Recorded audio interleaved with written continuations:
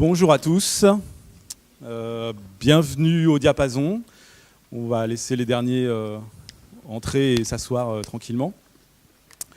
Donc voilà, je vous souhaite tous une bienvenue. Ça fait extrêmement plaisir de voir l'amphi rempli le premier rang au dernier rang pour parler de physique à Rennes. C'est un vrai plaisir pour nous.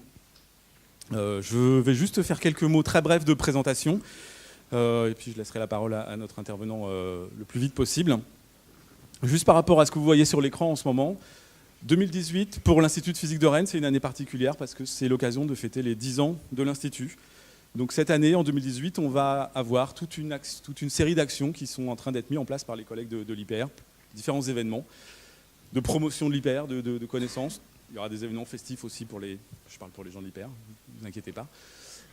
Et pour suivre tous ces événements à travers l'année, on a créé ce petit logo ici qui va nous permettre de marquer à chaque fois, de faire suivre, de faire comprendre que c'est cette année particulière qui sera cet élément de communication qui va nous servir.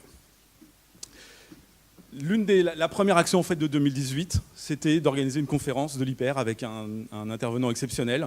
On voulait vraiment quelqu'un qui démarre cette année de façon vraiment top niveau. Et donc on a le grand plaisir d'accueillir aujourd'hui Serge Haroche, qui a bien voulu accepter, et je le remercie encore, notre invitation, pour lancer ce cycle de conférences l'année 2018 avec nous. Alors Serge Haroche, je ne vais pas vous refaire son CV, vous le trouverez très très vite sur vos tablettes. Là, les plus jeunes, ils sont déjà en train de surfer dessus, déjà pour savoir sûrement. Simplement pour ceux qui ont oublié leur téléphone, en quelques mots, il est membre de l'Académie des sciences françaises, il est aussi membre de plusieurs académies nationales de différents pays. Il est professeur au laboratoire Kessler-Brossel du département de physique de l'ENS. Il a été professeur au Collège de France, il a eu la chaire de physique quantique pendant une quinzaine d'années. Voilà, il a reçu un grand nombre de prix internationaux divers et variés. Juste pour aussi là, vous cadrer les choses, j'en retiendrai juste deux. La médaille d'or du CNRS en 2009 et bien évidemment, vous avez vu sur les affiches, en 2012, le prix Nobel de physique avec David Wineland conjointement sur des expériences de mécanique quantique, des expériences qui permettent de visualiser des choses, de mettre en évidence des concepts qui avaient été proposés il y a bien longtemps théoriquement. Donc je vais passer la parole dans quelques secondes à notre intervenant. Le titre, voilà, donc vous pouvez, le logo peut disparaître, on peut lancer la version de l'intervention. Juste avant de finir, pour dire que tout ce qu'on lance avec la direction de l'IPR dans l'année qui vient, c'est des choses qu'on ne fait pas tout seul, et donc je voudrais profiter de cette occasion pour remercier tous les collègues qui s'impliquent à l'IPR, que ce soit dans les groupes d'animation scientifique, les différents groupes de travail, la cellule communication, vie de l'unité, tous les gens qui nous aident à porter des actions comme ça. En particulier, notre chargée de communication, Céline Thébault. Les gens de l'IPR savent qu'elle ne peut pas être là avec nous aujourd'hui, et on a tous une pensée en espérant qu'elle va revenir vers nous, nous rejoindre à l'IPR le plus rapidement possible. Voilà, puissance et étrangeté de la physique quantique. Moi, j'ai plus rien à dire. Je passe la parole à Serge Haroche, que je vous remercie encore d'être avec nous aujourd'hui. Merci.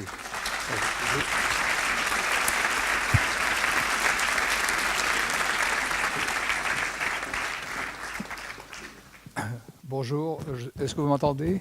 Je suis très heureux d'être là aujourd'hui pour vous parler de physique quantique. J'ai donné un titre un peu provocant, puissance et étrangeté de la physique quantique, pour souligner un paradoxe de cette physique. Puissance parce qu'elle a un pouvoir prédictif et explicatif du monde qui nous entoure qui est extrêmement grand. On peut dire qu'en physique, c'est peut-être la théorie la plus aboutie, celle qui a permis de comprendre le monde depuis l'infiniment petit jusqu'à certains aspects de la cosmologie de l'infiniment grand. Et non seulement elle nous a permis de comprendre, mais elle nous a également ouvert les portes du monde microscopique en nous permettant de nous servir de ses propriétés pour développer des instruments, des appareils qui ont révolutionné notre vie quotidienne. Et je pense que dans la vie qui nous entoure, il n'y a pas un appareil, qu'il s'agisse de laser, de téléphone cellulaire, d'appareils d'imagerie, de résonance magnétique par exemple, qui n'utilise pas des concepts quantiques. Donc c'est une théorie extrêmement puissante, mais l'aspect paradoxal, c'est qu'elle paraît étrange. D'abord au commun des mortels, à ceux qui ne sont pas physiciens, elle paraît très mystérieuse parce qu'elle s'appuie sur... elle met en évidence des propriétés de la matière qui sont très contre-intuitives. Je vous parlerai du principe de superposition, de la notion d'intrication qu'on ne rencontre pas dans la vie quotidienne, qui n'apparaissent pas dans le monde macroscopique. Donc cette étrangeté quantique qui est symbolisée par la fameuse image du chat de Schrödinger, dont je parlerai de façon plus approfondie dans la suite de l'exposé. Donc cette étrangeté est en général voilée à l'échelle macroscopique, et nos sens, notre intuition du monde, qui est basée sur une expérience, notre expérience personnelle, et à travers les générations, la théorie de l'évolution, notre cerveau a été habitué, a été conçu pour comprendre le monde macroscopique qui nous entoure et réagir aux phénomènes physiques de ce monde macroscopique. On n'est pas habitué, on n'a pas d'intuition de ce qui se passe au niveau microscopique. Donc pendant très longtemps, il y a eu un hiatus entre le monde microscopique et le monde macroscopique. Même pour les physiciens, les problèmes d'interprétation de la théorie quantique ont posé des problèmes et des discussions extrêmement longues et ardues entre les fondateurs de la théorie eux-mêmes, qui n'avaient pas la même interprétation, dont certains acceptaient ces idées étranges facilement, comme Niels Bohr et d'autres qui ont résisté pendant toute leur vie à ces idées en pensant que la physique quantique allait dépasser ce stade. Je pense à des gens comme Einstein et Schrödinger. Donc il y a eu de très nombreuses discussions à ce sujet. Et toutes ces discussions sont revenues au premier plan depuis une vingtaine ou une trentaine d'années parce que des expériences récentes permettent maintenant de contrôler des systèmes quantiques, des atomes individuels, des photons, des particules de lumière individuelles et d'observer directement cette étrangeté quantique dans des expériences simples qui laissent penser que peut-être un jour on pourra domestiquer cette étrangeté quantique pour de nouveaux développements, pour de nouvelles applications, pour développer de nouveaux instruments qui utiliseront cette logique directement. Alors on pense, ce dont on parle très souvent, c'est l'ordinateur quantique, mais il y a bien d'autres applications possibles.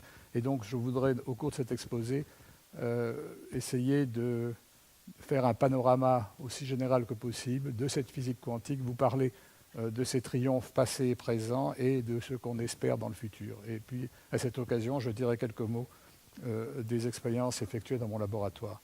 Donc d'abord, je vais rappeler que c'est une physique qui est extrêmement puissante, qui est partout présente pour comprendre le monde. Elle s'est développée au début du siècle dernier pour comprendre la structure des atomes en particulier, et on ne peut pas comprendre la structure des atomes et leurs propriétés si on ne fait pas appel au concept quantique. Le comportement des électrons dans les atomes est un comportement quantique. Maintenant, quand on va vers des échelles de matière de plus en plus grandes, les molécules simples et les molécules complexes sont également expliquées par la physique quantique. La liaison entre les atomes, la liaison moléculaire, ne peut pas être comprise sans la physique quantique. À une échelle encore plus grande, même si vous prenez des objets macroscopiques, comme par exemple un métal ou un oxyde supraconducteur, la propriété que ces matériaux ont de conduire l'électricité sans perte est une propriété de fluide quantique qui ne peut pas se comprendre à partir des lois de la physique classique. Et ce type d'image où on voit un élément supraconducteur léviter au-dessus d'un aimant est une propriété quantique. Les supraconducteurs ont la propriété d'exclure les champs magnétiques. Le champ magnétique ne peut pas pénétrer à l'intérieur et ça produit des forces de lévitation qui permettent de faire des expériences spectaculaires. Il faut évidemment que le supraconducteur soit suffisamment froid pour se trouver dans la phase supraconductrice. Et puis, donc là, je suis passé de l'échelle microscopique des atomes à l'échelle macroscopique du monde qui nous entoure. Mais même si on va à une échelle beaucoup plus grande encore, qui est l'échelle de l'univers tout entier, vous voyez cette image qui est une image qui montre la répartition du rayonnement micro-ondes de l'univers. Il montre en fausse couleur les faibles variations d'intensité suivant la direction de ce rayonnement qu'on appelle le fond cosmologique, qui sont des micro-ondes qui baignent tout l'espace et qui ont été produites quelques centaines de milliers d'années après le Big Bang, lorsque la matière et la lumière se sont séparées. Et l'étude des fluctuations de ce rayonnement cosmologique, qui est effectué de façon de plus en plus précise maintenant à l'aide de satellites, le dernier en date étant le satellite Planck, montre que ces fluctuations, d'après les cosmologistes, sont d'origine quantique. Elles montrent de très petites différences de densité suivant la direction dans laquelle on regarde et elle serait à l'origine des inhomogénéités qu'on observe dans l'espace, en particulier du fait que les galaxies se forment à certains endroits et pas à d'autres. Donc finalement, la conclusion qu'on peut tirer de tout ça, c'est que la physique quantique est une théorie qui est essentielle pour comprendre la nature à toutes les échelles. Elle est partie de l'explication du monde microscopique, mais finalement, elle est devenue essentielle pour comprendre des phénomènes physiques à des échelles très différentes de dimension spatiale, mais également échelles très différentes d'énergie. Alors, après cela, l'autre chose que je vous avais indiqué au début, c'est que cette compréhension du monde microscopique a conduit à des technologies extrêmement diverses. Par exemple, les ordinateurs, je ne parle pas là d'ordinateurs quantiques, les ordinateurs qui sont basés sur le transistor et sur la miniaturisation de plus en plus grande des transistors qu'on peut accumuler maintenant sur des très petites dimensions, avoir des millions de transistors sur des microprocesseurs. Ceci ne peut fonctionner que parce qu'on utilise les propriétés des semi-conducteurs, comment les électrons se comportent dans ces matériaux, que l'on ne peut comprendre que par la physique quantique. Donc on peut dire que toute la physique des ordinateurs qui a révolutionné l'informatique dans les 50 dernières années vient de la physique quantique. De la même façon, les lasers sont venus d'une étude de l'interaction entre les atomes et les photons, le phénomène d'émission stimulée qui a été découvert par Einstein dans les premiers temps de la physique quantique, dans les années 1910, et qui maintenant a envahi évidemment toute la technologie. Un troisième exemple que je trouve particulièrement frappant, ce sont les horloges atomiques. Les horloges atomiques sont des horloges qui sont basées sur la mesure de la période de phénomènes répétitifs très réguliers, qui sont les oscillations des électrons à l'intérieur des atomes. Alors, au préalable, les horloges étaient basées sur les oscillations d'un pendule mécanique ou les oscillations d'un ressort dans une montre à ressort, ou encore les oscillations d'un quartz dans les montres à quartz. Et la précision de ces oscillateurs mécaniques augmente avec la fréquence de l'oscillateur.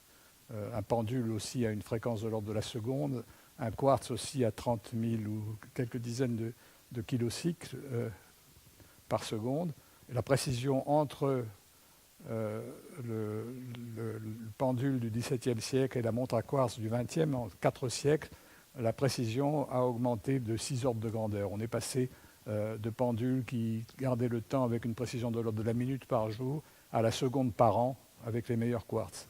Donc 6 ordres de grandeur en 400 ans, depuis que la physique quantique a permis de remplacer ces oscillateurs par des oscillateurs atomiques, on a gagné encore 10 ordres de grandeur de plus. Et maintenant, on a des horloges qui gardent le temps avec une précision de l'ordre de la nanoseconde, voire de la picoseconde par jour, c'est-à-dire de l'ordre d'une seconde sur l'âge de l'univers, qui est absolument incroyable. Et ce sont ces horloges atomiques qui sont envoyées dans des satellites et qui envoient des signaux qui sont synchronisés entre elles et qui envoient des signaux qui nous permettent de nous positionner par triangulation à la surface de la Terre avec une précision extraordinaire. Donc ça, c'est encore une conséquence de la physique quantique, et pas seulement d'ailleurs de la physique quantique, également de la théorie de la relativité, parce qu'il faut tenir compte des corrections relativistes liées au fait que ces horloges se déplacent les unes par rapport aux autres et qu'elles sont à des différences de hauteur dans le champ de gravitation terrestre. Si on ne faisait pas ces corrections, le GPS serait complètement inutile. La dernière application que je cite ici, c'est l'imagerie par résonance magnétique. Donc la résonance magnétique nucléaire est également un phénomène qui ne peut être compris que par la physique quantique. Les propriétés magnétiques des noyaux des atomes qui tournent dans un champ dont le moment magnétique tourne dans un champ magnétique émettent des signaux radiofréquences qui peuvent être détectés par des bobines et traités par des ordinateurs pour reconstituer des images extraordinaires de l'intérieur de notre corps. C'est la combinaison de plusieurs technologies quantiques. La résonance magnétique en elle-même, le fait qu'il faut des champs magnétiques intenses avec des bobines supraconductrices, c'est encore une propriété quantique, et puis le fait qu'il faut des ordinateurs puissants pour analyser ces images. Donc voilà des technologies qui étaient complètement inimaginables par les physiciens autour de l'année 1900, au moment où les premières idées quantiques commençaient à apparaître. Ils n'avaient absolument aucune idée de ce qui allait venir par la suite. Je vous montre ici, en 1900, donc le pape de la physique, l'un des physiciens les plus accomplis de l'époque, c'était Lord Kelvin, qui était un grand thermodynamicien vivant en Angleterre. Et il a fait en 1900, à la Royal Institution à Londres, une conférence qui s'appelait 19th Century Clouds over the Dynamical Theory of Heat and Light. Et donc c'est un exposé dans lequel il dit que la physique classique a eu des succès extraordinaires, mais qu'il reste deux petits nuages à l'horizon de la physique qui ne sont pas explicables par la physique classique. Un de ces nuages est lié à la théorie de la chaleur de Maxwell, et l'autre à la théorie de propagation de la lumière dans l'éther. On pensait qu'il y avait un milieu qui baignait tous les corps transparents et le vide, dans lequel la lumière se propageait. Et des expériences à la fin du XIXe siècle, la fameuse expérience de Michelson en particulier, qui a montré qu'il ne pouvait pas y avoir d'éther, que la lumière ne pouvait pas se propager dans un milieu matériel. Et les expériences sur le rayonnement du corps noir montraient également que la théorie thermodynamique qui cherchait à expliquer le couplage entre la matière et la lumière était incompatible ne donnait pas des résultats compatibles avec les résultats expérimentaux. Et donc, cet article est remarquable parce qu'on voit comment Lord Kelvin est arrivé à pointer vraiment les deux problèmes qui allaient donner naissance. D'une part, l'un de ces nuages devait conduire à la théorie de la relativité et l'autre à la physique quantique. Mais à cette époque-là, ni Lord Kelvin ni personne ne pouvait prévoir ce qui allait se passer, quelles allaient être les conséquences de cette physique. En 1900, il y a eu, la même année l'année de cette conférence, il y a eu à Paris une grande exposition universelle, l'exposition de 1900 qui s'est déroulée près de la Tour Eiffel, sur la place du Trocadéro et dans les environs. Et c'était une époque de grand enthousiasme pour la science. Et on se demandait, on pensait que l'humanité allait vers un avenir radieux. On était encore avant la Première Guerre mondiale. Il y avait encore une certaine forme de globalisation. Déjà une certaine forme de globalisation. Les différents pays européens, en particulier, sont venus à cette exposition universelle. Et la grande question qui se posait, c'est jusqu'où vont aller les progrès de la science. Et il y a eu un concours qui consistait à essayer d'imaginer quelle serait la physique, quelle serait la technologie en l'an 2000, 100 ans après l'année 1900. Et des cartes postales ont été imprimées un peu partout en Europe, en France, en Angleterre, en Allemagne. Et vous voyez le genre de prédiction que les gens faisaient en 1900 pour l'an 2000. Donc des extrapolations sur la technologie de l'époque, un peu à la Jules Verne. Mais personne n'avait prévu ni l'ordinateur, ni le téléphone cellulaire, ni les lasers, ni l'IRM. C'était vraiment impossible à prévoir avant l'avènement de la physique quantique. Et la physique quantique s'est développée non pas pour les applications dont je vous ai parlé, mais simplement pour essayer de comprendre le monde autour de nous. Les applications ne sont venues que très longtemps après les découvertes fondamentales. Alors, bon, jusqu'à présent, ça a été assez facile. Je vous ai parlé de façon qualitative de la puissance de la physique quantique. Je voudrais parler maintenant de son étrangeté et le faire sans équation, en essayant de donner des idées générales sur ce qui fait le caractère bizarre de cette physique.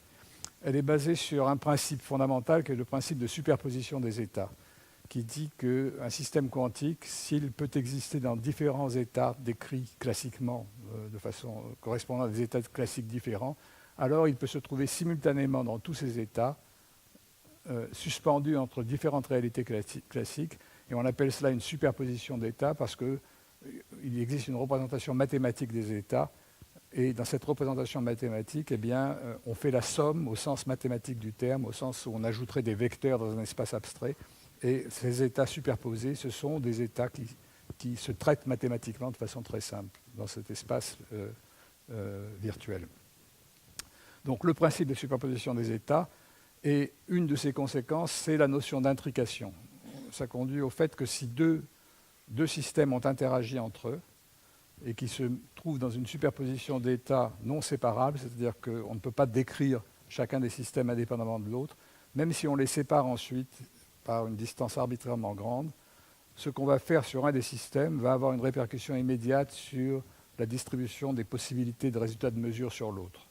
Et donc il y a une espèce de lien immatériel à distance entre des systèmes qui ont interagi, qui est impossible de comprendre classiquement et qui est un des traits de la physique quantique qu'on appelle l'intrication. Et ces deux notions de superposition d'états et d'intrication sont résumées, et j'y reviendrai, dans cette image, cette métaphore du chat de Schrödinger. Schrödinger, dans les années 1930, en développant les idées quantiques, à imaginer une expérience dans laquelle un chat serait suspendu dans deux états superposés, un état où il est vivant, un état où il est mort, et il a analysé cette situation de façon assez qualitative, mais pour bien montrer la différence qu'il y a entre la physique classique et la physique quantique, et ça pose également le lien de la frontière entre les deux. Pourquoi est-ce qu'on n'observe jamais ce genre de superposition dans des systèmes macroscopiques? Donc c'est une étrange logique qui est à l'œuvre dans le monde microscopique, mais en général, elle est voilée dans les grands objets, dans les objets macroscopiques de la vie quotidienne. Et donc, comme je le disais, pour observer directement ces lois étranges, il faut être capable de manipuler des objets quantiques isolés, des atomes réels ou des atomes artificiels, j'en parlerai un petit peu, ou des grains de lumière, les photons.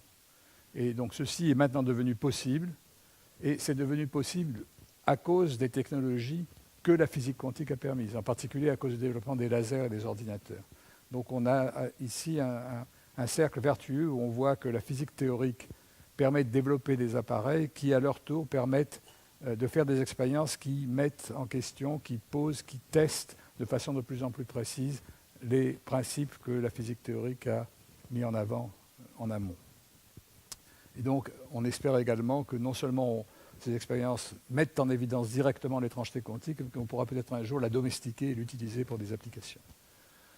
Alors, un peu d'histoire. En fait, tout ça, ça a commencé en 1900 par un premier article de Planck qui essaye d'expliquer les propriétés du rayonnement thermique, le fait que lorsqu'on chauffe des corps, ils émettent de la lumière, et que cette lumière peut être soit visible, soit invisible. Elle peut être constituée soit de rayonnement que l'on peut voir à l'œil, soit de rayonnement infrarouge ou ultraviolet. Mais la distribution spectrale de ces rayonnements ne peut pas être comprise par la physique classique. Et Planck a introduit pour la première fois l'idée que la lumière devait être formée de quanta. Mais il l'a présenté de façon très mathématique, sans y croire vraiment lui-même.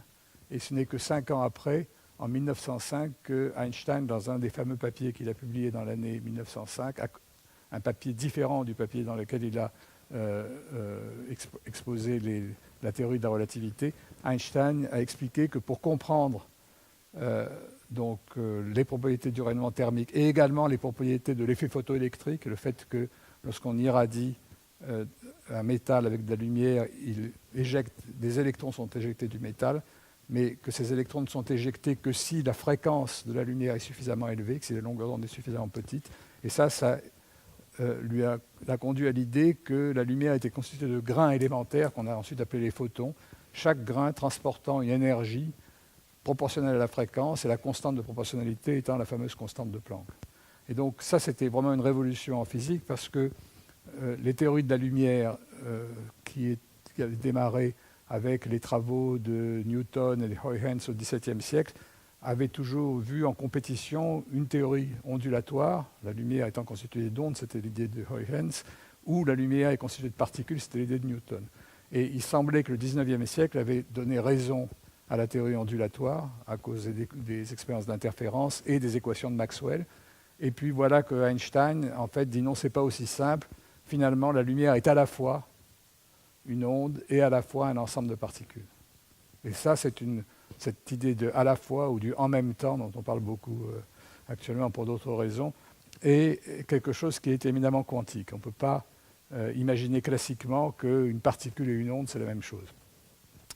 Quelques années plus tard, Niels Bohr étend ses idées quantiques à la description de l'atome. C'est encore une description planétaire, mais ce que Bohr dit, c'est que seulement certaines orbites discrètes sont autorisées, pas toutes les orbites classiques, et que l'électron de l'atome passe d'une orbite à l'autre en émettant ou en absorbant un quantum de lumière. Et donc il fait le lien entre la description des systèmes matériels et la lumière, en introduisant cette constante de Planck dans la description des propriétés des atomes. Mais ça restait encore très qualitatif. Une dizaine d'années plus tard, Louis de Broglie ajoutait un élément important pour comprendre la quantification des orbites et pour généraliser le fait qu'il y avait une complémentarité entre les ondes et les particules. De Broglie s'est dit, mais si la lumière qu'on pensait être une onde était également constituée de particules, pourquoi est-ce que l'inverse ne serait pas vrai? Pourquoi est-ce que les particules, les électrons, les atomes qu'on considère comme étant des quantités discrètes ne seraient pas également des ondes? Et si on admet que l'électron dans un atome est une onde, eh bien, la condition de quantification devient très simple. Il faut qu'il y ait un nombre entier de longueurs d'onde sur les circonférences permises, sur les orbites permises, un peu comme il faut un nombre entier de ventres sur une corde de violon qui est coincée entre deux points fixes. Donc cette condition de résonance de la mécanique quantique établie par de Broglie lui donne l'idée que la matière est également constituée à des propriétés ondulatoires. Et de Broglie a écrit ça dans sa thèse en 1923. Son patron de thèse, c'était Langevin. Et Langevin, qui trouvait que l'idée était un peu bizarre et très hardie, a envoyé le manuscrit à Einstein. Et Einstein, dans la lettre de réponse à Langevin, a eu cette phrase qui est assez célèbre, que de Broglie avait contribué à lever un pan du grand voile. Alors c'est le voile qui cache le monde microscopique à nos yeux.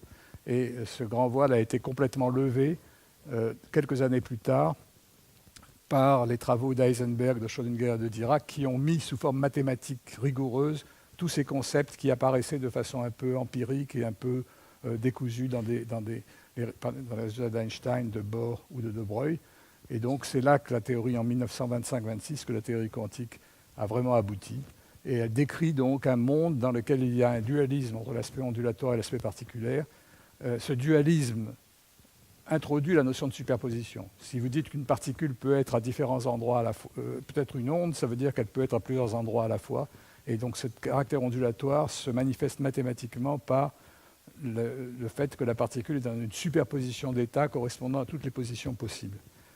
Et enfin, cette onde, en fait, il se trouve que c'est une onde, la physique quantique postule que c'est une onde de probabilité, c'est une onde dont le carré de l'amplitude mesure la probabilité d'obtenir la particule en un point donné, et donc elle a introduit l'idée que la physique quantique n'est pas déterministe, elle ne peut que calculer, prédire des probabilités de résultats d'événements, et donc elle tourne le dos au déterminisme de la physique classique auquel les physiciens croyaient de façon absolue depuis Newton en passant par Laplace au XIXe siècle. Et c'est cette idée que la physique quantique n'est pas déterministe qui déplaisait beaucoup à Einstein et qui fait qu'Einstein s'est opposé pendant très longtemps aux interprétations de la physique quantique. Il y a eu de nombreuses discussions avec Bohr à ce sujet. Donc, dualité entre onde-particule, que je résume ici. Donc, la lumière est une onde et à la fois un ensemble de photons. Et d'autre part, les atomes sont des particules, mais également sont associés à des ondes de matière. Et une façon de décrire ça de façon un peu imagée, c'est indiqué par cet ambigramme en anglais.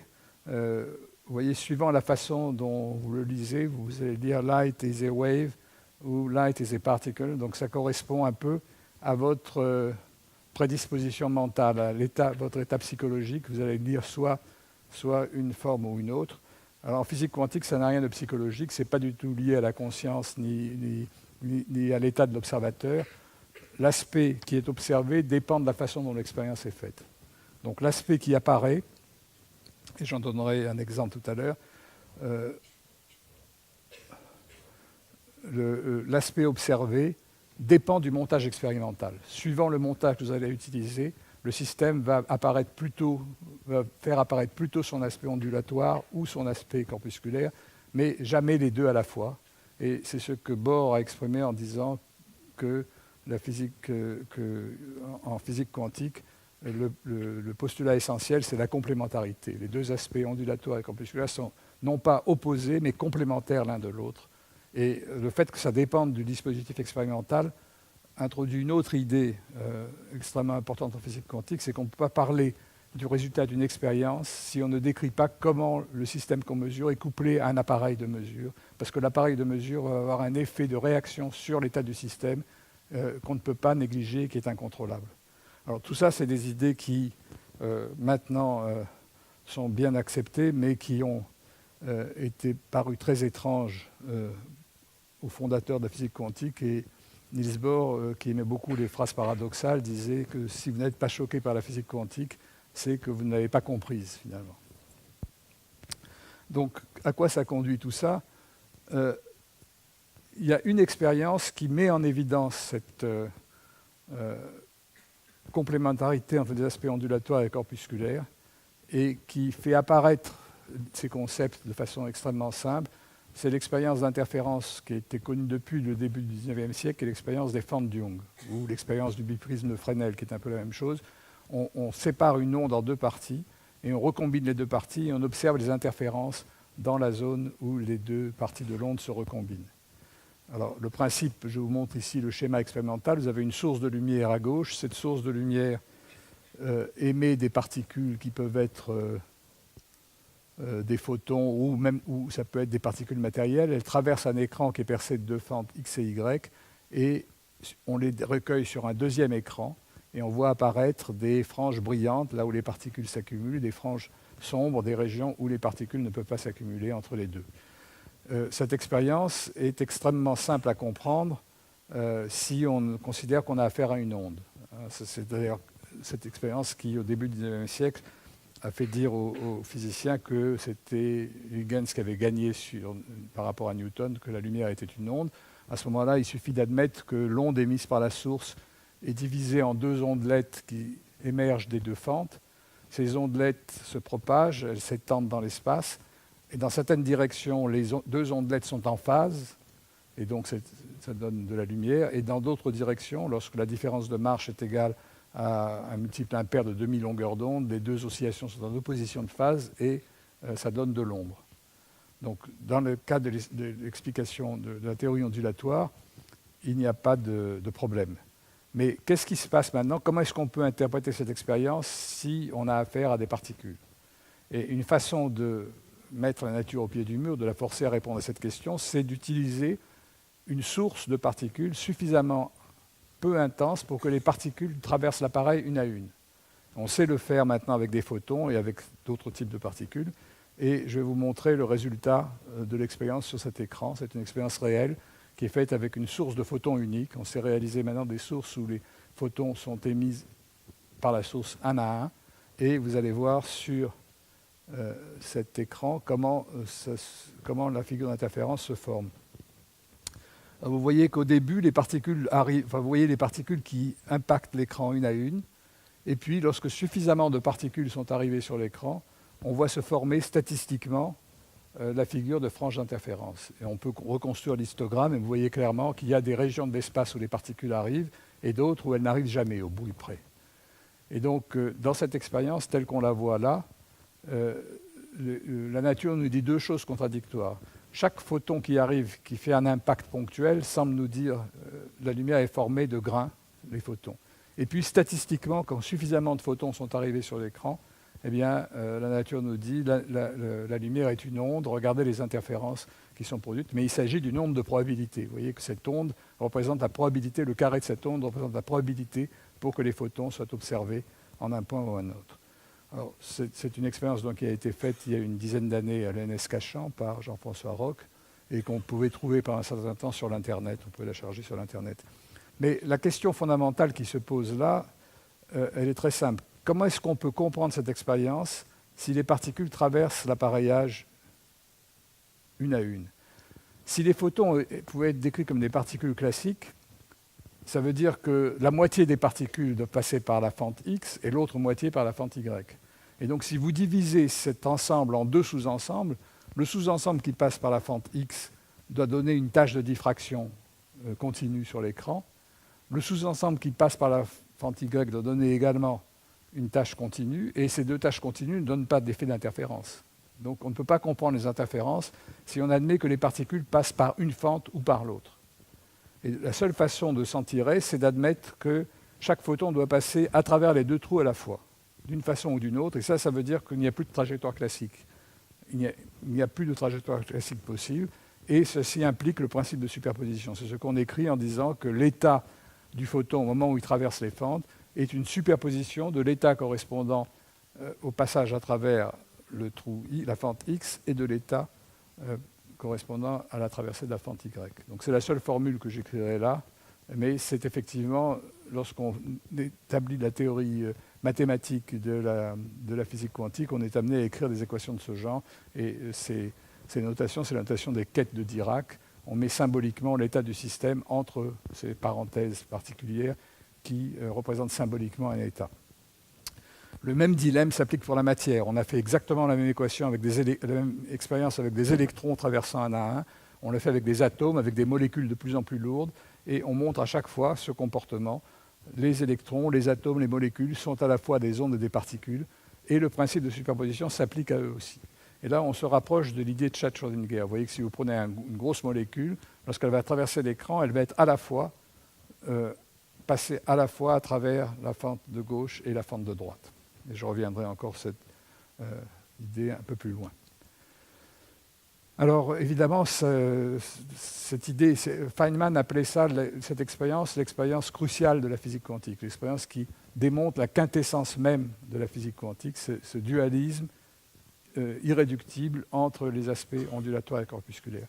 Mais Einstein n'était pas satisfait par ça, et il a essayé d'imaginer, c'était l'époque où Einstein et Bohr, dans les conférences Solvay, où on discutait de l'émergence de la physique quantique, imaginer des expériences de pensée dans lesquelles ils essayaient de mettre la nature au pied du mur. Imaginer une expérience, même si on ne pouvait pas la réaliser réellement à l'époque, qui permette de voir si vraiment la complémentarité tient la route. Et donc Einstein avait proposé de modifier légèrement le montage expérimental précédent en mettant la fente supérieure, supposée très légère, et la suspendant à des ressorts pour qu'elle puisse bouger. Et l'idée d'Einstein, c'était que si le photon passe par la fente supérieure, il va être diffracté sur les bords de cette fente, il va pousser légèrement cette fente, qui va se mettre à osciller parce qu'elle est accrochée à un ressort. Et donc, on va sans interrompre le faisceau, savoir si le photon est passé par en haut ou par en bas. Si le photon passe par en haut, la fente du haut va bouger.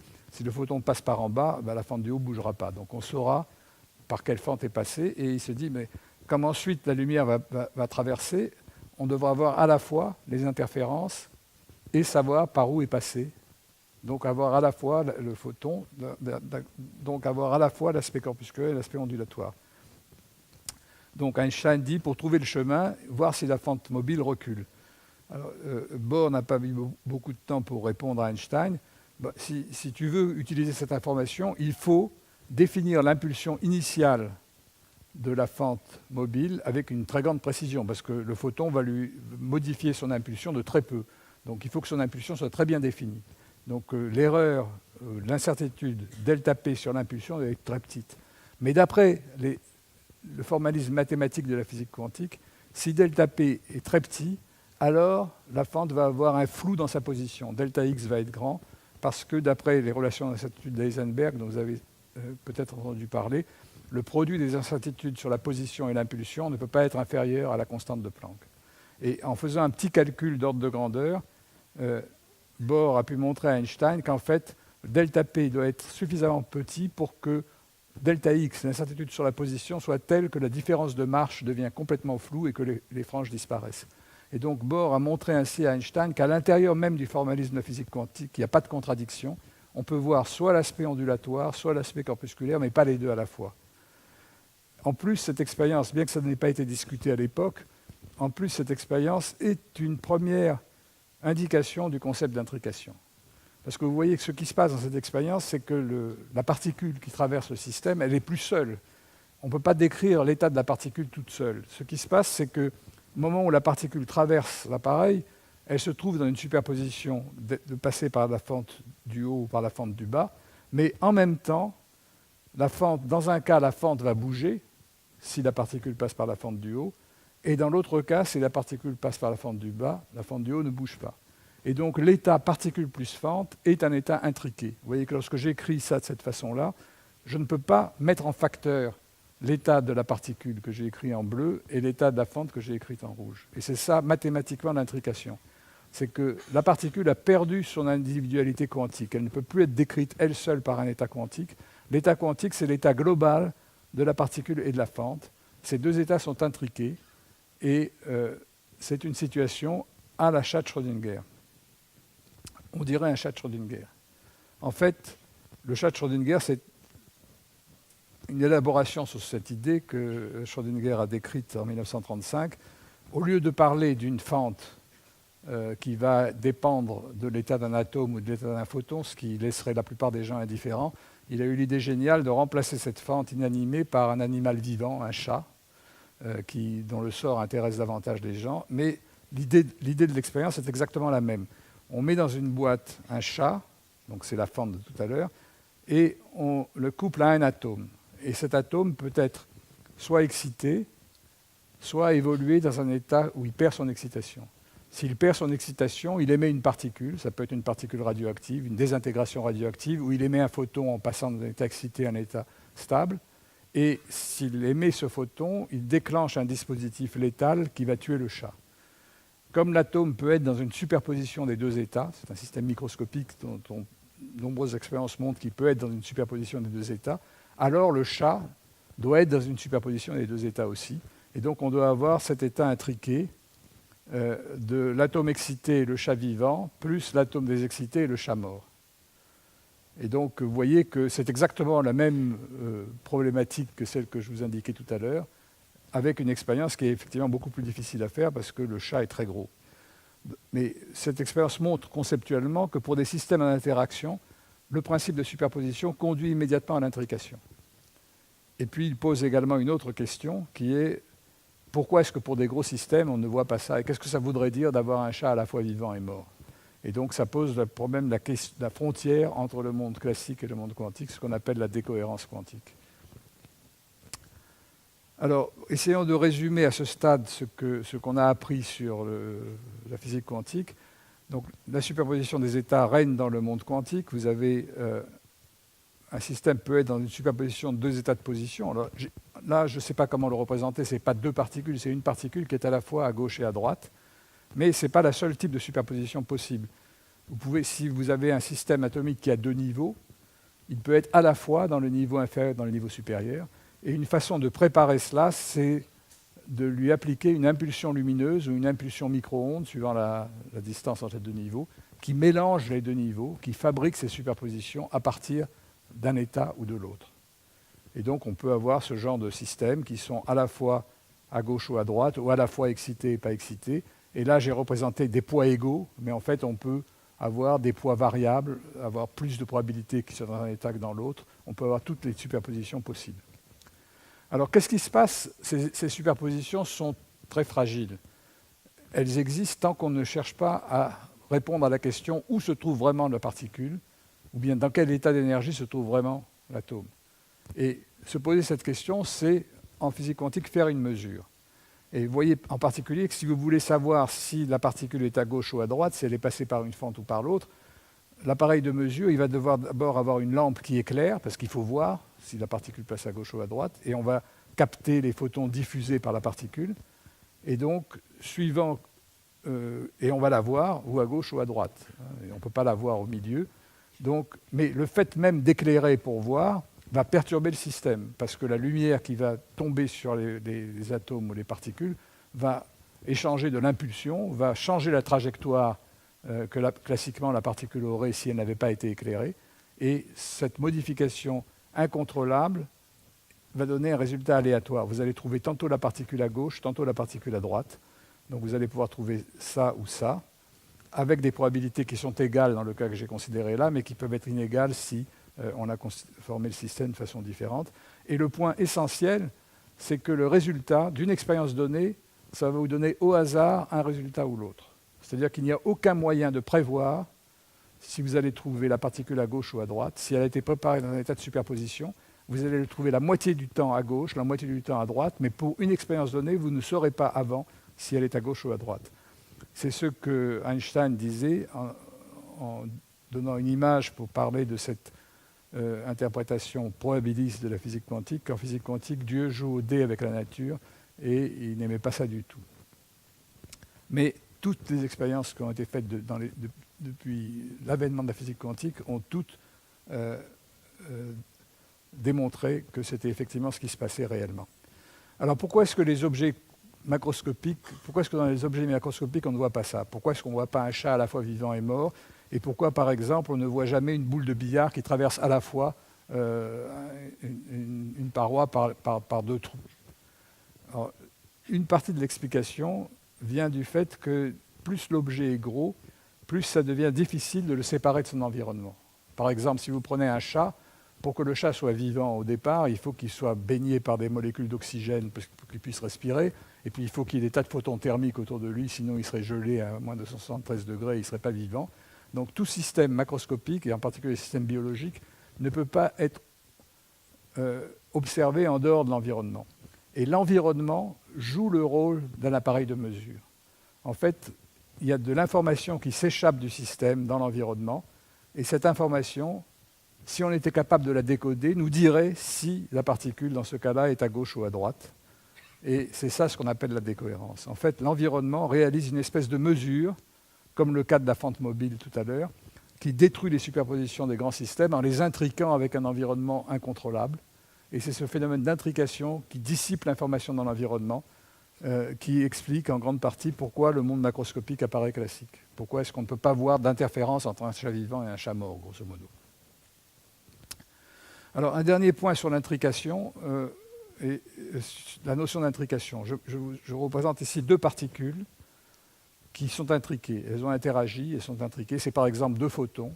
Et j'ai représenté en rouge et en bleu deux états possibles de chacune des particules. Par exemple, deux états de polarisation. Le photon peut avoir son champ électrique horizontal ou vertical ou horizontal.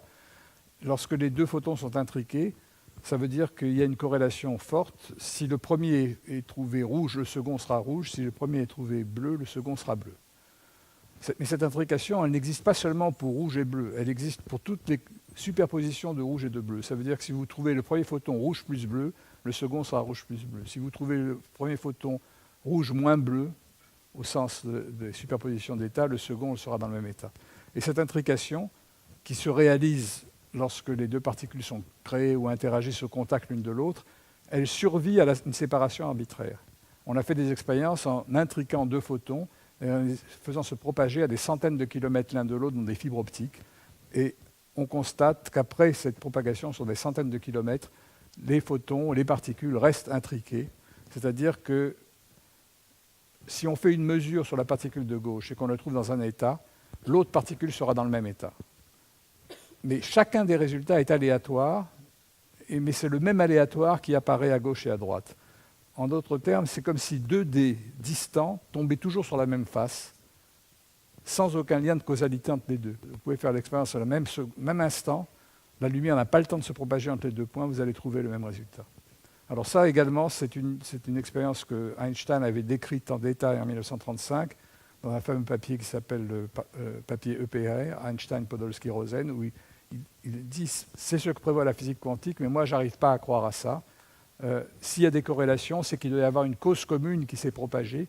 La corrélation a dû être introduite au moment où les particules ont interagi, et elle a existé dans le système précédant la mesure. » Mais des expériences qui ont été faites depuis montrent que ces corrélations instantanées ne peuvent pas être dues à la propagation d'un point à l'autre d'une information préalablement inscrite dans le système. Alors, je n'ai pas le temps de décrire ça, mais un physicien, John Bell, au début des années 60, a montré que si on pouvait expliquer ça de façon classique, alors les résultats, les corrélations entre les mesures effectuées à gauche et à droite devaient obéir à une inégalité. Et cette inégalité est violée dans les expériences, et cette violation des inégalités de Bell prouve que les systèmes acquièrent leur valeur, le résultat de la mesure n'apparaît qu'au moment de la mesure et ne peut pas avoir été caché dans le système avant la mesure.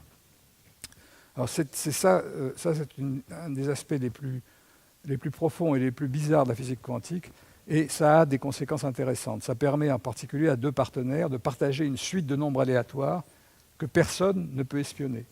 Si vous envoyez des paires de particules comme ça, les deux partenaires vont mesurer, ils vont trouver 0 ou 1, 0 ou 1, mais la même série des deux côtés, et personne ne peut avoir intercepté cette série, aucun espion ne peut avoir l'intercepter parce qu'elle a été créée au moment où elle a été mesurée. Et donc ça, c'est le point fondamental de ce qu'on appelle la cryptographie quantique, la possibilité de partager des séries de nombres aléatoires entre deux partenaires, qui peuvent s'en servir pour coder un message. Il suffit de digitaliser le message et d'ajouter cette série aléatoire de 0 et de 1 qui brouille complètement le message.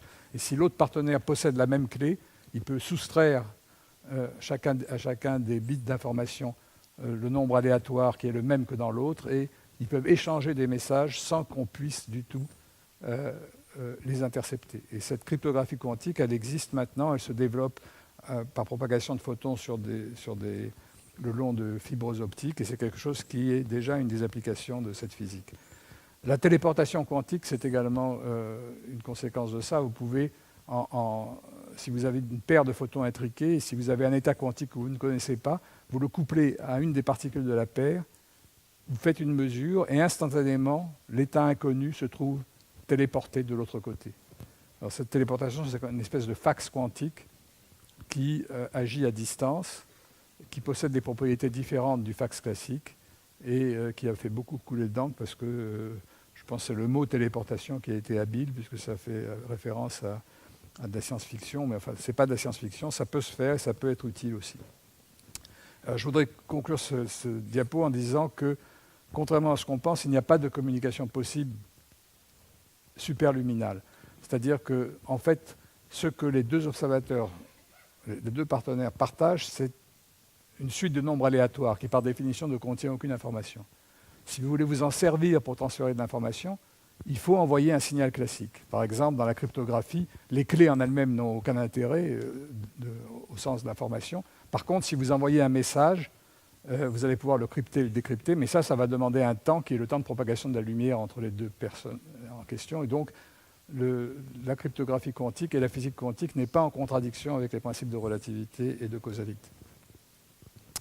Alors, je voudrais maintenant terminer en décrivant quelques expériences. Comment ces expériences de pensée qui contrôlent tout un zoo de particules maintenant, on peut contrôler des atomes, on peut contrôler des photons, on peut contrôler des molécules, comment est-ce que ces expériences sont devenues possibles au laboratoire? D'abord parce que de nouvelles technologies se sont développées. Les lasers jouent un rôle essentiel, comme on va le voir dans un instant, parce qu'ils permettent de manipuler les états internes et externes des particules avec une grande précision. Les ordinateurs sont essentiels également parce qu'il s'agit de stocker l'information qui est fournie par les atomes en temps réel.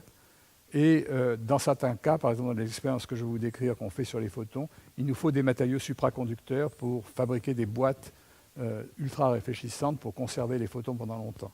Et toutes ces techniques sont des techniques quantiques. Donc je reviens à cette idée du cercle vertueux, la technologie aidant la physique, étant une conséquence de la physique fondamentale et aidant à faire avancer la physique fondamentale en amont. Alors, en particulier, le prix Nobel de 2012 a mis en évidence l'aspect complémentaire des expériences qu'on peut faire sur les atomes et des expériences qu'on peut faire sur les photons. Ce sont en fait les deux faces d'une même médaille. Dans le cas de David Wineland à Boulder, il piège des atomes uniques dans des configurations de champs électromagnétiques et il se sert de photons pour manipuler ces atomes et pour les détecter. Donc vous voyez ici les cylindres que vous voyez là, ça symbolise le piège électromagnétique. Les atomes sont piégés au minimum d'un potentiel ici et les lasers sont utilisés pour refroidir les atomes et pour les détecter par la lumière de fluorescence qu'ils émettent. À Paris, on fait le contraire. On utilise une boîte formée de miroirs réfléchissants, on piège les photons dans la boîte et on utilise des atomes qui traversent la boîte pour manipuler et détecter le champ. Et donc, dans les deux cas, on fait des expériences qui sont, j'appellerais in vivo, parce qu'on détecte des particules sans les détruire. Alors, vous savez que le fait de détecter des particules, c'est quelque chose qu'on fait depuis 100 ans déjà. Un accélérateur de particules, il détecte des particules, mais il les détecte par les débris qu'elles produisent après une collision. C'est-à-dire que c'est une détection destructive. Alors que dans ces expériences-là, la détection est beaucoup plus douce et on détecte le changement d'état des atomes sans détruire les atomes. Et encore plus difficile, on détecte les états des photons sans les détruire. Et en fait, si vous y réfléchissez, toutes les méthodes de détection antérieure des photons sont destructrices. Si vous regardez quelque chose, les photons rentrent dans votre œil et sur votre rétine, les photons sont détruits. Vous avez une image qui se forme, mais les photons sont détruits. Et tout photodétecteur usuel détruit les photons en les transformant en un signal électrique. Là, on fait quelque chose de différent. On emporte de l'information sur le photon, mais on ne le détruit pas. Je vais vous dire en quelques mots comment on fait ça. Et puis, en fait, ces deux types d'expériences étudient vraiment de façon fondamentale l'interaction matière-lumière. On prend l'élément le plus petit possible de la matière, qui est un atome unique, et le photon, qui est l'élément le plus petit de la lumière, et on regarde comment ces deux systèmes interagissent l'un avec l'autre. Alors, je vous donne ici un exemple. Vous voyez une image qui a été prise en 2000. Vous voyez 5 atomes de beryllium à l'intérieur d'un piège dans le laboratoire de Dave Wineland. Chaque atome apparaît comme un petit point brillant parce qu'il diffuse la lumière du laser. En fait, un laser qui éclaire un atome à résonance peut diffuser des dizaines de millions de photons par seconde. Donc chaque atome diffuse des dizaines, voire des centaines de millions de photons par seconde, et on le voit comme un petit point brillant. Et ils sont séparés par une distance de 2 à 3 microns, parce qu'en fait, ils se repoussent, ce sont des particules chargées, des ions de beryllium, et ils doivent rester à une distance minimale l'un de l'autre. Alors, il y a eu des grands progrès faits depuis. Vous voyez maintenant ici 14 atomes de calcium, ou ions calcium, et ici, vous en voyez 30. Alors, en fait, chacun de ces ions peut être manipulé dans 2 états quantiques différents. Un état qui va diffuser la lumière, et un état qui va rester noir, qui ne va pas diffuser la lumière parce qu'il va correspondre, il ne sera pas à résonance. Et donc, chaque atome est un porteur d'un élément d'information, d'un bit d'information. On peut appeler un état 0 et l'autre état 1. Et en fait, ces atomes évoluent dans des superpositions d'états 0 et 1 et peuvent s'intriquer les uns aux autres. Et le nombre d'états dont on dispose devient gigantesque. Vous voyez que si vous avez 30 systèmes à 2 niveaux, le nombre de combinaisons possibles, si vous avez 2 puissance 30 états possibles. 2 puissance 30, c'est à peu près 1 milliard. Donc vous voyez que cette chaîne de 30 atomes représente 1 milliard d'états quantiques possibles et toutes les superpositions linéaires de ce milliard d'atomes. Et donc c'est en se servant de ce genre de système qui constitue une espèce de boulie atomique que l'on réalise des opérations élémentaires d'information quantique. Parlons maintenant un petit peu de nos expériences à Paris. Donc voilà, on a 2 miroirs qui se font face. Il s'agit de miroirs, la lumière qu'on utilise, ce n'est pas de la lumière visible, ce sont des micro-ondes. Les miroirs sont polis avec une très très grande précision et on dépose une fine couche de niobium supraconducteur sur les miroirs de façon à ce qu'ils soient extrêmement réfléchissants.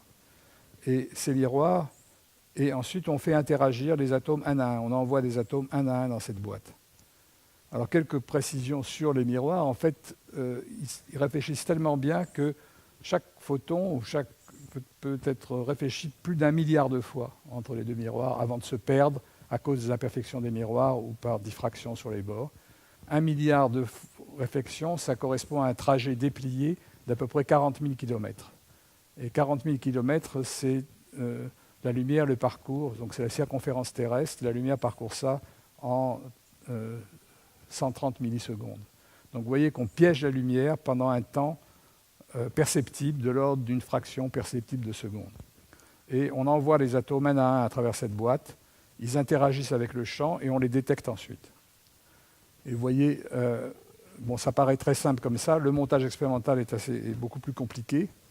Vous voyez ici, donc, il y a un cryostat parce que tout ça doit être très basse température. Vous avez sur ces tables des lasers qui contrôlent l'état des atomes qui vont interagir avec le système dans la cavité. Vous avez de l'électronique, etc. Bon, je ne vais pas rentrer dans les détails de l'expérience, c'est une expérience qui est assez lourde. Alors, ce n'est pas n'importe quel atome qu'on utilise, on utilise ce qu'on appelle des atomes de Rydberg, et c'est là que les lasers vont intervenir. Qu'est-ce que c'est qu'un atome de Rydberg? C'est un atome dans lequel un électron, vous voyez donc ici, je représente l'atome dans son état fondamental, qui a une dimension de l'ordre de 1 angstrom, mais un électron est porté dans une orbite de très grande dimension. Et c'est vraiment l'atome de Bohr, c'est-à-dire que l'électron se trouve sur une orbite circulaire dont le diamètre est environ 1000 fois plus grand que le diamètre de l'orbite de l'état fondamental. Donc une orbite géante. Et ceci demande donc une préparation complexe à l'aide de lasers et de radiofréquences. Je ne vais pas rentrer dans les détails. Et en fait, comme je vous l'avais dit tout à l'heure, la façon de faire intervenir la physique quantique, c'est de dire que cet électron, c'est une onde de matière qui tourne en rond autour du noyau. Et la condition de quantification, c'est qu'il faut un nombre entier de longueurs d'onde de Broglie sur la circonférence. Et ce nombre entier, ça correspond à ce qu'on appelle le nombre quantique principal de cet état circulaire. Ici, vous en avez un qui a 51 oscillations sur le cercle. Et vous voyez que cet état stationnaire, il n'a pas de moment électrique, parce que le centre de gravité de l'électron coïncide avec le noyau. Mais ce qu'on peut faire, en fait, c'est superposer l'état circulaire 51 avec l'état circulaire 50. Pour cela, il suffit d'appliquer une radiofréquence qui est résonante sur la transition entre les états 50 et 51 et l'ajuster pour préparer exactement à poids égal dans la superposition les deux états. Et vous voyez qu'à ce moment-là, ce qui va se passer, c'est qu'on va avoir une interférence d'ondes de matière. D'un côté de l'orbite, les deux ondes vont avoir la même amplitude, donc elles vont se renforcer, alors que de l'autre côté de l'orbite, les deux ondes vont être en opposition de phase, parce que simplement on manque juste une longueur d'onde sur le cercle, et à ce moment-là, on va avoir de l'autre côté une amplitude nulle. Et donc vous voyez que maintenant, le centre de gravité de l'électron va être déplacé par rapport au noyau. On va avoir un dipôle électrique pointant dans une direction donnée. Donc et on fabrique en fait un paquet d'ondes qui tourne autour du noyau à la fréquence de 50 GHz à peu près, et il tourne à la manière d'une aiguille d'une horloge sur un cadran. Et donc on fabrique ainsi une horloge atomique dont la période est de 50 GHz, qui est extrêmement sensible, parce que ces atomes géants sont extrêmement sensibles à des champs statiques ou à des champs micro-ondes. Et donc c'est cette aiguille qui tourne à 50 GHz qui va nous servir d'instrument pour mesurer le champ dans la cavité. Alors comment est-ce qu'on mesure? D'abord, qu'est-ce qu'on détecte? Ce qu'on détecte, c'est de savoir si l'atome se trouve dans l'état 51 ou dans l'état 50. Et alors, on détecte ça en ionisant l'atome dans un champ électrique. Vous voyez que là, j'ai représenté les deux états, 51 et 50, dans le potentiel coulombien du noyau, le potentiel attractif du noyau atomique. Et vous voyez que l'état 51, il est un peu plus haut en énergie que l'état 50. Et qu'est-ce qui se passe si vous appliquez maintenant un champ électrique? Vous ajoutez au potentiel coulombien le potentiel linéaire d'un champ électrique, c'est la ligne que j'ai tracée en vert, et vous voyez que ce champ électrique va avoir pour effet d'abaisser la barrière de potentiel, et si on l'ajuste bien, il va permettre à l'électron de s'échapper s'il est dans l'état 51 et pas s'il est dans l'état 50. Et si on veut détecter les deux états, ce qu'on fait, c'est qu'on applique une rampe de champ qui croît dans le temps. Et vous voyez qu'on va d'abord ioniser, c'est le signal rouge, l'état le plus excité, et puis l'état inférieur. Donc on va avoir deux pics séparés dans le temps qui vont correspondre à l'atome dans l'état 51 et dans l'état 50. Autrement dit, lorsqu'on pratique cette détection, chaque atome nous fournit un bit d'information. Je suis dans l'état 51, je suis dans l'état 50. Alors vous allez me dire, qu'est-ce qui se passe si l'atome est dans une superposition de 51 et 50? Naïvement, si on était en physique classique, on se dirait qu'il va être ionisé quelque part entre les deux. Mais ce n'est pas du tout ce qui se passe. Ce qui se passe, c'est qu'une fois sur deux, vous allez avoir le pic à 50, une fois sur deux, 51. Donc la mesure quantique force le système à choisir un état ou l'autre. Et ça, on l'observe dans les expériences. Alors, qu'est-ce qui va se passer maintenant si l'atome interagit avec un champ qui n'est pas résonant? C'est-à-dire qu'on ne veut pas que l'atome absorbe le photon, parce que si l'atome absorbe le photon, ça ne va pas être une mesure non destructive. On s'arrange pour que la fréquence du champ soit légèrement différente de la fréquence atomique. À ce moment-là, ce qui a été montré pour la première fois par Claude Cohen-Tanucci dans les années 60, c'est qu'un atome non résonant subit en fait un déplacement d'énergie proportionnel à l'intensité du champ, c'est-à-dire au nombre de photons. Dans l'état E, il va subir un déplacement dans un sens, dans l'état G, un déplacement dans l'autre sens. Et vous voyez que la fréquence d'oscillation entre E et G va changer lorsque l'atome rentre dans la cavité, puis revenir la même lorsque l'atome sort. Et le résultat de cela, c'est que le dipôle électrique qui traverse la cavité va subir un déphasage qui va dépendre du nombre de photons. Il va être avancé ou retardé par rapport à ce qu'il serait en absence de champ dans la cavité. Et ce déphasage peut être assez grand, peut atteindre une valeur de pi, c'est-à-dire de 180 degrés, suivant que la cavité contient 0 ou 1 photon. Et c'est en mesurant ce déphasage qu'on va savoir, donc on saura si l'atome sort de la cavité avec son dipôle électrique pointant dans une direction ou dans la direction opposée, qu'on saura s'il y a 0 ou 1 photon dans la cavité. Donc mesurer un déphasage se fait par une expérience qu'on appelle d'interférométrie atomique. On mesure la phase du dipôle électrique. Donc pour résumer la situation, en fait, donc, on dispose de trois états, l'état 51, l'état 50, et on peut fabriquer une superposition des deux. Cette superposition tourne et cet atome est utilisé comme une horloge. Alors voilà le dispositif expérimental. On crée les atomes de Rydberg dans cette boîte. Quand ils arrivent, et le champ dans la cavité se trouve à l'intérieur, le champ se trouve à l'intérieur de cette cavité. Et on met cette cavité en sandwich entre deux cavités auxiliaires, R1 et R2. Dans R1, on applique une impulsion lumineuse qui prépare l'état de superposition. Donc ça revient à faire démarrer un chronomètre, si vous voulez. Donc le dipôle pointe dans une direction donnée, on prépare cette superposition, On laisse ensuite l'atome traverser la cavité et interagir avec les photons de la cavité. L'énergie d'un photon est insuffisante pour exciter l'atome, parce qu'on a un désaccord de fréquence, donc le photon ne peut pas être absorbé ou émis, mais ce photon, comme je vous l'ai dit tout à l'heure, il exerce une force sur l'électron qui retarde ou avance sa phase, la phase du dipôle. Donc, suivant qu'il y a 1 ou 0 photon, on s'arrange pour que le dipôle pointe dans une direction ou dans la direction opposée. Alors, si à ce moment-là, on mesure l'énergie, on va trouver aléatoirement un résultat ou l'autre, ce n'est pas très intéressant. Ce qu'on fait, c'est qu'on laisse l'atome traverser une deuxième cavité ici, où on applique une impulsion lumineuse qui transforme cet état-là en l'état A et l'autre état en l'état B. Et donc maintenant, en mesurant finalement l'état de l'atome, on va corréler parfaitement l'état de l'atome au nombre de photons. S'il y a 1 photon, l'atome va sortir dans l'état A. S'il y a 0 photon, il va sortir dans l'état B. Mais les photons ne vont pas, le nombre de photons ne va pas changer. Et voilà le résultat de l'expérience. Vous voyez ici, c'est un champ qui contient 0 ou 1 photon. 0 photon, l'atome sort dans l'état G, et soudainement, on voit apparaître 1 photon dans la cavité. Ici, là, c'est le signal total. L'échelle de temps, c'est la seconde, vous voyez. Et ici, vous avez donc un agrandissement qui montre le moment exact où le photon apparaît, et ceci correspond à un saut quantique du champ. Le champ saute entre 0 et 1 photon à un instant aléatoire. Vous voyez également que des centaines d'atomes, toutes ces traces rouges ici, voient le même photon. C'est vraiment une mesure non destructive. Quand le photon apparaît ou disparaît, ce n'est pas le détecteur qui l'a fait disparaître ou apparaître, c'est le fait que la cavité n'est pas parfaite. Donc ceci constitue pour la première fois la détection non destructive de photons uniques. Alors on peut étendre la mesure à des champs qui contiennent un nombre de photons plus grand. Voilà par exemple un champ qui contient au départ 4 photons et qui descend en marche d'escalier vers le vide, 4, 3, 2, 1, 0 photons. Et on voit à chaque fois que la durée de ces marches est aléatoire. Classiquement, on s'attend à ce qu'un champ dans une cavité décroisse de façon exponentielle. Mais vous voyez que la physique quantique dit que sur une trajectoire quantique donnée, ce n'est pas une exponentielle, c'est une marche d'escalier. Et on retrouve l'exponentielle en moyennant un très grand nombre de marches d'escalier. Et j'insiste sur le fait que ce n'est pas la mesure qui détruit les photons, mais l'imperfection de la cavité. Alors, la dernière chose dont je voudrais parler en quelques minutes, c'est revenir au problème du chat de Schrödinger.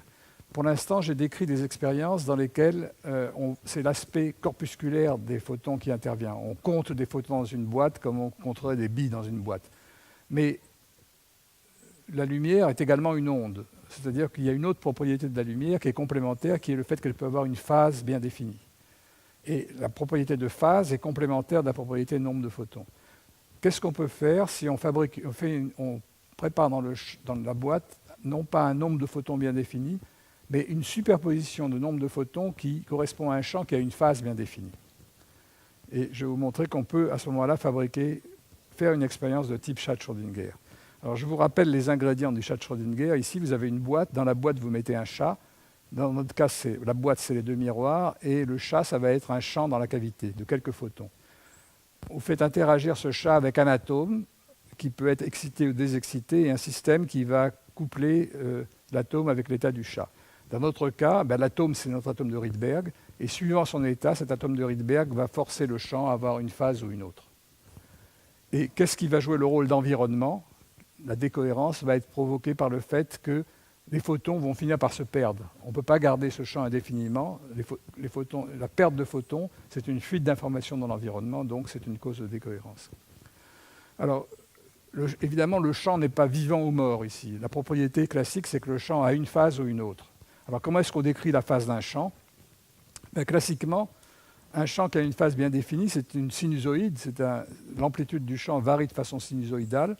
Et vous avez ici, sur cette sinusoïde, 2 paramètres importants, l'amplitude de la sinusoïde et sa phase qui détermine les instants auxquels l'oscillation va passer par un maximum.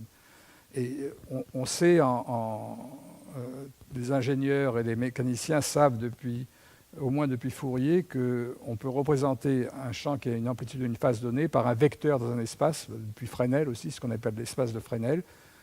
Un champ qui a une amplitude donnée est représenté par un vecteur dont la longueur correspond à l'amplitude du champ et dont la direction correspond à la phase du champ. Par exemple, les trois champs que j'ai représentés ici sont des champs qui sont à 120 degrés de phase de différence l'un par rapport à l'autre, et donc ils sont représentés dans le plan de Fresnel par 3 vecteurs à 120 degrés l'un de l'autre. Ça, c'est de la physique classique. En physique quantique, on généralise ça en disant simplement que le vecteur qui représente un champ quantique ne peut pas avoir à la fois une amplitude et une phase bien définies. Il y a une incertitude quantique qui est une autre expression des relations d'incertitude qui indique que si on veut avoir une phase bien définie, il faut accepter un flou sur le nombre de photons. Le produit des incertitudes sur le nombre de photons et la phase est limité par cette expression. À ceci près, vous voyez qu'on a une représentation du champ qui est ici représentée par une distribution à 2 dimensions, représentée en fausse couleur. Rouge, ça veut dire que la probabilité que le champ ait cette valeur-là est grande. Et vous voyez ici que vous avez ce flou. Alors, qu'est-ce qui se passe maintenant si vous préparez un champ comme cela dans la cavité et vous envoyez un seul atome? Vous commencez par préparer l'atome dans une superposition des états E et G, A ou B. Et quand l'atome est dans un état, il va pousser la phase du champ dans une direction. Et s'il est dans l'autre état, il pousse la phase du champ dans la direction opposée. Et vous voyez qu'ici, vous avez une situation d'intrication entre l'état de l'atome et la phase du champ. Si à ce moment-là, vous faites une mesure de l'atome, vous allez projeter le champ dans cet état-là ou dans celui-là. Alors ça, ce n'est pas très astucieux parce que vous allez détruire la superposition. Si vous voulez conserver la superposition, ce que vous faites, c'est que vous laissez l'atome traverser une seconde zone, R2, dans laquelle vous mélangez à nouveau les états E et G. Et à ce moment-là, lorsque vous allez faire la mesure finale, vous ne saurez pas dans quel état était l'atome quand il a traversé la cavité, et vous allez donc laisser le champ dans une superposition des états E et G. Donc ça, c'est l'expérience que nous avons faite déjà il y a une vingtaine d'années et complétée il y a une dizaine d'années. Et vous voyez qu'après, on peut reconstituer l'état quantique de ce système. Je ne peux pas vous dire exactement comment on le fait, mais on reconstitue dans cet espace à 2 dimensions l'état quantique du système. Et vous voyez que le pic de droite correspond, si vous voulez, au chat vivant, le pic de gauche au chat mort. Et vous êtes dans une superposition des deux. Et la signature de la superposition, c'est qu'il y a entre les deux des franges dans la représentation du système qui représentent une interférence quantique. Et ces franges sont extrêmement sensibles à l'environnement et aux perturbations. D'ailleurs, on peut s'en servir, comme je le dirai pour conclure, pour mesurer avec une très grande précision ces perturbations. Et je vais vous montrer ici un film. On peut en fait étudier la décohérence en prenant des images comme celle-là et en regardant comment ces images évoluent au cours du temps, l'échelle de temps étant la milliseconde. Vous voyez qu'au bout d'une vingtaine de millisecondes, les franges sont effacées, les franges disparaissent. Et c'est ce genre d'enregistrement qui correspond à une observation directe de la décohérence. On part d'un système qui est à la fois dans les deux états, à la fois vivant et mort, et on passe à un système dans lequel il n'y a plus d'interférence, qui est soit vivant, soit mort. Alors on voit les deux pics parce que c'est une expérience statistique où on fait un très grand nombre de fois l'expérience. Et on constate également que la vitesse de décohérence augmente avec la taille du chat. Si vous mettez de plus en plus de photons, il faudra un temps de plus en plus court pour que cette décohérence se produise. Et vous voyez comment la cohérence, le contraste des franges s'efface au cours du temps, avec un temps qui est inversement proportionnel au nombre de photons qu'on a dans le système. Alors si vous prenez un chat qui a 10 puissance 27 particules, même si vous divisez une vie de chat de 15 ans par 10 puissance 27, vous tombez à un temps très très court, ce qui montre que vous ne pouvez pas faire l'expérience, parce qu'il vous faudra plus de temps que ça pour tuer le chat ou pour le laisser vivant. Donc en fait, sur des systèmes macroscopiques, le temps qu'il faut pour préparer les systèmes est beaucoup plus long que le temps de décohérence. Alors en conclusion maintenant, quelques mots. Pourquoi est-ce qu'il est important de pouvoir manipuler des particules quantiques isolées? On peut se demander à quoi ça sert tout ça. La première réponse est, est-ce que c'est possible? Il y a une trentaine d'années, les gens pensaient que c'était, même mettaient en doute l'existence des sauts quantiques, et on ne savait pas comment allait se comporter la nature à ce niveau. D'ailleurs, Schrödinger, dans un papier célèbre en 1952, a dit que cette expérience serait à jamais impossible. Il avait dit, nous n'expérimentons jamais avec des électrons, des atomes ou des molécules isolées. Nous prétendons le faire dans nos expériences de pensée, et cela conduit toujours à des conséquences ridicules. Donc la première idée qu'on a eue, c'était essayer de voir si c'est vraiment ridicule ou si on peut dépasser ce stade. Alors une raison plus profonde, c'est qu'on est amené de toute façon à étudier des systèmes de plus en plus petits. Si vous prenez par exemple les ordinateurs, les progrès de la puissance de calcul et de stockage de mémoire des ordinateurs est lié au fait qu'on rend les éléments, les transistors élémentaires qui codent l'information, de plus en plus petits. Et on arrive maintenant au moment où chaque transistor va avoir une taille de l'ordre de la taille atomique. À ce moment-là, la fameuse loi de Moore qui dit qu'on peut faire augmenter continuellement la puissance des ordinateurs arrive à son terme. On ne peut pas aller avoir des éléments plus petits qu'un atome. Par contre, ce qu'on peut faire, c'est utiliser des superpositions d'états atomiques et donc s'échapper, continuer à augmenter la puissance de calcul, non pas en diminuant la taille, ce qu'on ne peut plus faire, mais en augmentant la dimension de l'espace des états possibles, en particulier en utilisant les superpositions d'états.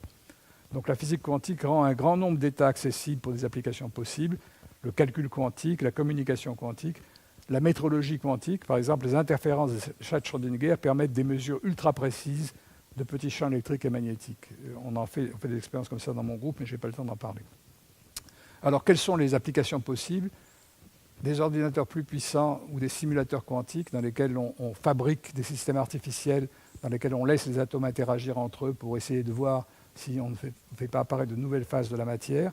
Communication secrète, la cryptographie quantique dont j'ai déjà parlé, et des mesures plus précises, métrologie quantique, en particulier celle des horloges atomiques. Alors, je recite les travaux en particulier de Dave Wineland, où il a fabriqué une horloge qui a une précision de l'ordre de la seconde sur l'âge de l'univers, avec laquelle on peut voir des effets de relativité générale. Si on monte ou on descend cette horloge de quelques centimètres dans le champ de gravitation terrestre, on voit qu'elle change, le rythme de ces oscillations change, et donc on peut faire des progrès considérables pour améliorer le GPS ou pour faire de la géophysique. On peut également développer des expériences analogues avec des atomes artificiels. On peut faire des petits circuits supraconducteurs qu'on couple entre eux. Chaque circuit possède des niveaux discrets d'énergie et on peut fabriquer avec ces circuits le même type de physique que celle que je vous ai décrite. Et c'est un domaine de la physique qui se développe considérablement maintenant. Alors, je vais terminer par l'ordinateur. Qu'est-ce que ce serait qu'un ordinateur quantique? Ce serait un espèce de super chat Schrödinger dans lequel l'ordinateur évoluerait en parallèle sur plusieurs trajectoires possibles, c'est-à-dire plusieurs calculs en parallèle, et on ferait interférer les sorties de façon à obtenir le résultat qu'on cherche. Alors, ces ordinateurs exploitent les superpositions d'états et l'intrication dans un ensemble d'atomes réels ou artificiels, mais le grand ennemi, c'est la décohérence. Il faut trouver des moyens pour contrôler, limiter, et surtout contrôler et corriger la décohérence. Donc, il y a actuellement des expériences de démonstration avec des petits ensembles de qubits qui sont en cours, mais on est encore très loin du compte. Donc, en conclusion, je voudrais dire que quand on nous demande où est-ce que toute cette physique va, on peut dire très largement on ne sait pas où elle va. Il est très difficile de faire des prédictions, et en particulier, on peut se souvenir, si on veut rester modeste et prudent, des cartes postales de 1900. Si on nous demandait maintenant de prévoir les technologies de l'an 2100, je pense qu'on aurait à peu près les mêmes problèmes.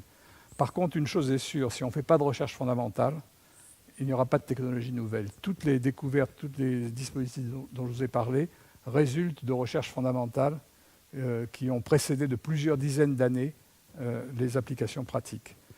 Et en fait, le passé nous enseigne donc que les applications émergent de façon souvent imprévue de la recherche de base qui est inspirée par la curiosité.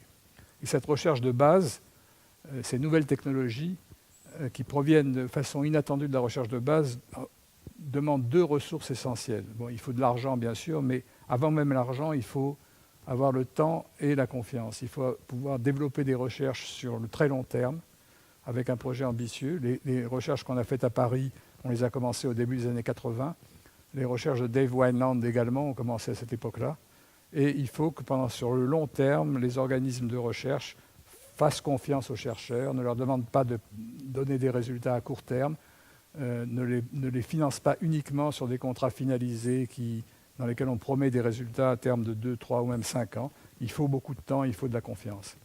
Donc cette recherche connaît des grandes réussites là où ces deux ressources sont présentes. Et je dois dire qu'elles ne sont pas vraiment réunies dans le marché mondialisé, dont les lois favorisent plutôt la vitesse et les résultats rapidement rentables, c'est-à-dire que c'est exactement l'opposé du temps et de la confiance. On veut des résultats vite et on demande aux gens de signer des contrats dans lesquels ils annoncent ce qu'ils vont trouver, ce qui est d'ailleurs impossible en recherche et qui est par définition le contraire de la confiance. Alors pour terminer sur une note positive, je voudrais simplement dire que cet esprit de recherche, il a pu se développer au laboratoire Caster-Brossel de l'ENS au cours des 50 dernières années. Et j'ai eu l'immense chance de pouvoir faire toute ma carrière de recherche dans ce laboratoire. Je vous montre ici une photo qui a été prise en 1966, quand j'étais un jeune chercheur en thésard, le jour où le prix Nobel de Caster a été annoncé. Et donc, on était très contents. C'était dans la salle où je faisais mes expériences à l'époque. Et donc, vous voyez en fait que sur cette photo, il y a 3 prix Nobel correspondant à la poursuite d'un long projet à long terme. Le prix Nobel de Kastler sur le pompage optique en 1966, le prix Nobel de Cohen-Tanuji sur le refroidissement atomique en 1997 et le prix Nobel sur la manipulation des systèmes quantiques isolés en 2012. Et il faut non seulement avoir des maîtres charismatiques et qui vous donnent envie de vous lancer dans un domaine de recherche donné, mais il faut également avoir des étudiants et des collaborateurs exceptionnels. Et donc, je voudrais montrer une photo du groupe qui a été prise dans la même salle que tout à l'heure, la même salle que 66, mais en 2012, et insister en particulier sur l'importance de Michel Brune et de Jean-Michel Raymond dans ce groupe. Ils ont été mes étudiants, ils ont pu rester avec moi pendant toutes ces dizaines d'années, et sans eux, je n'aurais certainement pas pu faire toutes ces expériences. Donc voilà, sur cette diapo, vous nous voyez tous les 3. Alors on était déjà, je ne sais pas pourquoi on portait tous les 3 la cravate, je pense que la photo avait été prévue longtemps à l'avance, mais bien qu'elle soit formelle, elle est beaucoup moins formelle que la dernière que je vous montre, qui a été prise donc, le 10 décembre 2012. Mais c'était la seule fois où on a été habillé comme ça. Bon, ben je vais arrêter là, je vous remercie.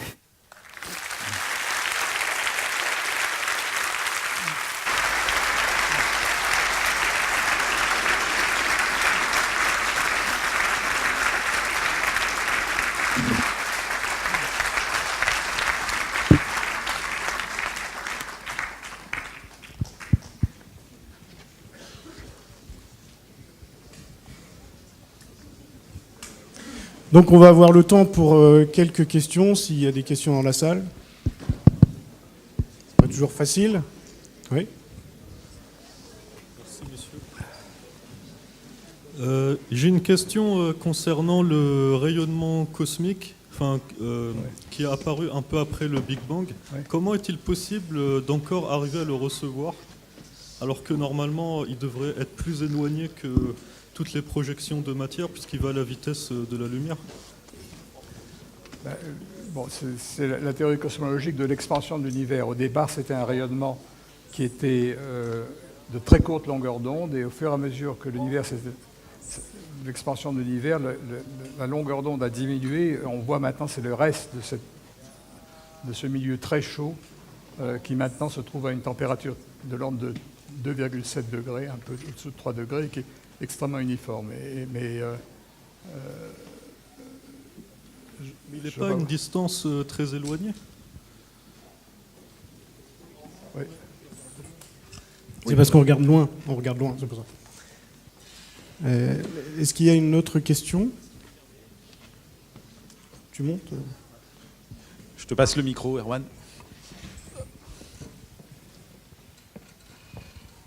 Merci pour cette présentation très claire qui mériterait, je pense, d'être en préambule des cours de mécanique quantique, et aussi pour la conclusion que je pense moi et mes collègues on ne peut qu'approuver. Alors j'aurais une petite question sur une notion qui m'a toujours interrogé, c'est la notion de fonction d'onde, parce que je pensais que sa nature en fait c'était un postulat qui avait été donné, c'était entre autres l'interprétation de Copenhague, qui avait d'autres interprétations comme les ondes de Bohm ou autres. Et finalement, est-ce qu'avec toutes ces nouvelles expériences où on peut faire des expériences sur un atome, sur un nombre contrôlé de photons, est-ce qu'on a avancé? Est-ce qu'on sait si c'est un artifice mathématique ou s'il y a une nature physique et quelle elle est? Quelle peut être? Ça, c'est la fonction d'onde, ça résume toute l'information qu'on a sur le système. C'est-à-dire que c'est une table qui indique quelles seront les probabilités de trouver la particule dans tel ou tel point si on effectue une mesure. En ce sens, c'est une représentation mathématique. Et c'est une représentation mathématique dans une autre façon de le voir, c'est-à-dire que si je vous donne un système qui a une fonction d'onde donnée, un seul système, une seule réalisation d'un système qui a une fonction d'onde donnée, vous serez incapable de la trouver, cette fonction d'onde. La seule façon de reconstituer une fonction d'onde, c'est d'avoir un très grand nombre de systèmes identiques et de faire des mesures statistiques. Même pour un système qui n'a que 2 niveaux, si je vous donne une superposition arbitraire des 2 niveaux, une seule, la physique quantique vous dit que c'est absolument impossible de savoir quelle superposition vous avez reçu. Si vous faites une mesure, vous allez trouver la probabilité qu'elle soit dans l'état plus ou dans l'état moins, mais vous l'aurez détruit en faisant la mesure, et vous n'aurez plus aucune information vous permettant de déterminer quel était le poids des deux. Donc en ce sens, la fonction d'onde n'est pas réelle individuellement, mais elle a une valeur, une signification statistique. Elle veut dire simplement que si on est capable d'avoir un ensemble, de créer dans les mêmes conditions un ensemble de systèmes aussi identiques que possible, eh bien, on pourra reconstituer la fonction d'onde à partir de cet ensemble. Mais tout ça, c'était déjà contenu dès les débuts de la physique quantique. Ce que je trouve absolument remarquable, c'est que toutes les expériences qu'on a faites au cours des 30 ou 40 dernières années n'ont fait que confirmer les postulats qui avaient été établis dans les années 20 et 30. Et établis par des gens dont certains n'aimaient pas ces postulats. Schrödinger en particulier, l'interprétation probabiliste de la physique quantique, il avait horreur de ça. Il y a eu des phrases très violentes avec Bohr, dans lesquelles il dit « si j'avais su ça, j'aurais préféré être plombier que physicien ». Et il y a eu des échanges extrêmement violents entre Bohr et Schrödinger, mais néanmoins, les physiciens, même s'ils n'aimaient pas ça psychologiquement, étaient obligés d'accepter ces idées, et elles restent encore valables aujourd'hui. Alors ça ne veut pas dire qu'on ne va pas les dépasser un jour. On ne peut pas dire en physique, en science en général, qu'une théorie est vraie. Tout ce qu'on peut dire, c'est qu'une théorie est fausse quand elle est démentie par une expérience. Pour l'instant, la physique quantique n'est pas fausse parce qu'aucune expérience n'est arrivée à démentir ces postulats. Bonjour et merci pour votre présentation. Oui. Je suis ici. Ici. Oui, pardon. Est-ce que vous pourriez nous donner votre avis sur l'interprétation d'Everett ? Et en particulier, je me pose une question. Est-ce qu'il serait possible d'imaginer une expérience qui permettrait de valider cette interprétation ? C'est-à-dire une expérience où l'interprétation d'Everett donnerait une prévision différente de celle de l'interprétation habituelle de la mécanique quantique ? Oui, alors, bon, pour ceux qui ne sont pas au courant, l'interprétation d'Everett, c'est l'interprétation des mondes multiples, des univers multiples, qui consiste à dire que chaque fois qu'on fait une expérience et qu'on obtient un résultat, dans un autre univers, l'autre résultat est obtenu. C'est-à-dire qu'à chaque expérience, l'univers se décompose en branches successives. Et donc, par exemple, vous faites une expérience, vous voyez un résultat, ça veut dire que dans un autre univers, un double de vous-même voit l'autre résultat, et tout ça se branche de façon indéfinie. Alors ça donne le vertige tout de suite, parce que vous imaginez le nombre d'interactions quantiques dans l'univers, et si à chaque interaction, on se branche dans des univers différents, c'est pas très économique comme façon de voir l'univers, mais il y a une façon astucieuse de présenter ça qui fait que ça ne contredit en rien les postulats de l'école de Copenhague. Donc je pense que la réponse à votre question, c'est que non. En fait, c'est suffisamment vague pour qu'on puisse, ça contienne tous les postulats. Simplement, ça donne une interprétation vertigineuse à tout cela, mais je ne connais pas d'expérience qui permettrait de mettre ça en évidence, et surtout qui constituerait une différence entre cette interprétation et l'interprétation de Copenhague. Est-ce qu'il y a une autre question ? Non. Moi, j'avais une question. Je suis là. J'avais une question un peu générale sur les technologies quantiques. Oui. Et les traitements de l'information en général. Oui. On utilise beaucoup des systèmes binaires. Oui. Des systèmes à 2 états. Ouais. Pourquoi est-ce qu'il n'y a pas... Enfin, vous avez montré le cas des systèmes à 30 atomes. Pourquoi est-ce qu'il n'y a pas... On ne pousse pas les études vers l'étude de systèmes à plusieurs états ? On peut... Bon, il y a eu je pense qu'il y a eu des propositions de faire ça avec des systèmes à 3 états et d'intriquer des systèmes à 3 états entre eux. Le nombre d'états dépend de la façon dont vous définissez le système. Par exemple, si vous prenez 30 atomes à 2 états, ça fait 2 puissance 30 états. Simplement, les opérations élémentaires de porte, elles sont en général décrites entre 2 bits 0, 1. Donc, le système élémentaire est un système dans lequel l'information est portée en système binaire par des systèmes à 2 états. Mais on pourrait imaginer généraliser ça, mais c'est déjà assez compliqué. Et le vrai problème, c'est la cohérence quantique. Et le même problème se posera si on prend des systèmes plus compliqués que les systèmes à 2 états. La grosse difficulté, c'est qu'il faut absolument éviter la décohérence, il faut éviter la perte d'informations dans l'environnement. C'est-à-dire qu'il faut en fait, la façon dont c'est fait, c'est ce qu'on appelle les codes correcteurs d'erreurs quantiques, dans lesquels on code une information, une superposition de 0 et de 1, non pas dans un seul bit, mais dans un ensemble de bits intriqués. Et donc, si on voit que la décohérence se produit, on peut corriger en se servant en fait, de la redondance, un peu comme pour les ordinateurs classiques, à ceci près que c'est beaucoup plus subtil parce que c'est de l'intrication qu'il faut exploiter et non pas simplement la redondance statistique. Mais on est très loin de rendre ça, d'avoir un véritable ordinateur quantique. Par contre, la simulation quantique, dont je n'ai pas eu le temps de parler, c'est quelque chose qui existe déjà. Ça consiste à mettre un nombre limité d'atomes dans un réseau, les maintenir dans un réseau à l'aide de lasers, un réseau optique. Et dès que le nombre d'atomes dépasse la cinquantaine, 40 ou 50, on se retrouve avec 2 puissance 40 ou 2 puissance 50 états, et aucun ordinateur classique ne peut, à l'aide de l'équation de Schrödinger, calculer ce qui va se passer, parce que ça dépasse les capacités de calcul. Par contre, on peut le voir si on détecte, si on est capable de mesurer l'état de chacun des atomes de ce réseau. Et donc on espère, par cette simulation quantique, de découvrir des phases nouvelles de la matière qui pourraient exister dans certaines conditions et qui pourraient être utiles pour certaines applications technologiques. Donc je pense que la simulation quantique, qui fonctionne déjà, constitue certainement quelque chose de plus réaliste que l'ordinateur quantique, qui peut-être sous la forme où on l'imagine maintenant n'existera jamais. Parce que si on n'est pas capable de contrôler suffisamment bien la décohérence, on n'y arrivera pas.